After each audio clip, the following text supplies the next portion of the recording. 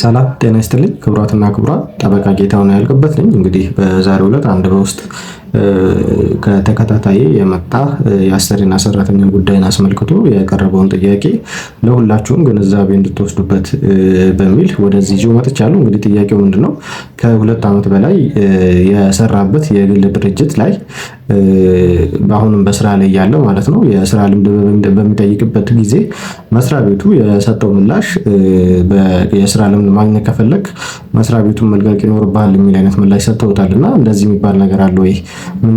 ምንስ ነው ማድረግ ያለብኝ የሚል አይነት ጥያቄ ጠይቋልና ይህንን በተመለከተ እንግዲህ የአሰሪና ሰራተኛ ሕጋችን ማለትም አዋጅ ቁጥር 1156 2011 ማለት ነው በአንቀጽ 12 ንዑስ አንቀጽ 8 ላይ ከሰጣቸው ለሰራተኛ በግልጽ ከሰጣቸው መብቶች አንዱ ሰራተኛ ስራውን በሚለቅበት ጊዜም ሆነ በስራ ላይ ያለ በማናቸውም ጊዜ የስራ ልምድ በሚጠይቅበት ጊዜ የሚሰራውን ስራ የሚያገኘውን ደሞዝና የመሳሰሉትን የሚጠቅስ ደብዳቤ የማግኘት መብት እንዳለው አዋጁ በግልጽ ያስቀምጣል።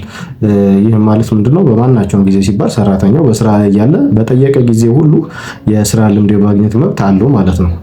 ስለዚህ አሰሪዎች የሰራተኛ የስራ ልምድ በሚጠይቅበት በማናቸውም ጊዜ ሰራተኛ የሚያገኘውን ደሞዝ በድርጅቱ ላይ የቆየበትን ጊዜ ጠቅሰው እና የሚሰራበትን የስራ ዘርፍ ወይም ደግሞ ሙያውን ጠቅሰው የስራ ልምድ ለሰራተኛ የመስጠት ግዴታ ያለባቸው ማለት ነው። ስለዚህም አሰሪዎች ይህንን ግዴታ ያለባቸው መሆኑን አውቀው በዛ መሰረት ሰራተኛ በጠየቀ ጊዜ ሁሉ የስራ ልምድ እንዲሰጡ፣ ሰራተኞችም ደግሞ ይሄን መብት ያላቸው መሆኑን አውቀው በፈለጉ ጊዜ ያው የሚጠቀሙት ነገር ሲኖራቸው ለሚጠቀሙበት አገልግሎት በፈለጉት ጊዜ የስራ ልምድ መጠየቅና ከድርጅታቸው የማግኘት መብት ይኖራቸዋል ማለት ነው። ምክንያቱም ይሄን ለማድረግ አሰሪን ተጠያቂ ስለሚያደርገው በህግ በዚህ መልኩ ሰራተኞችም መብታቸውን መጠቀም ይኖርባቸዋል የሚል ምላሽ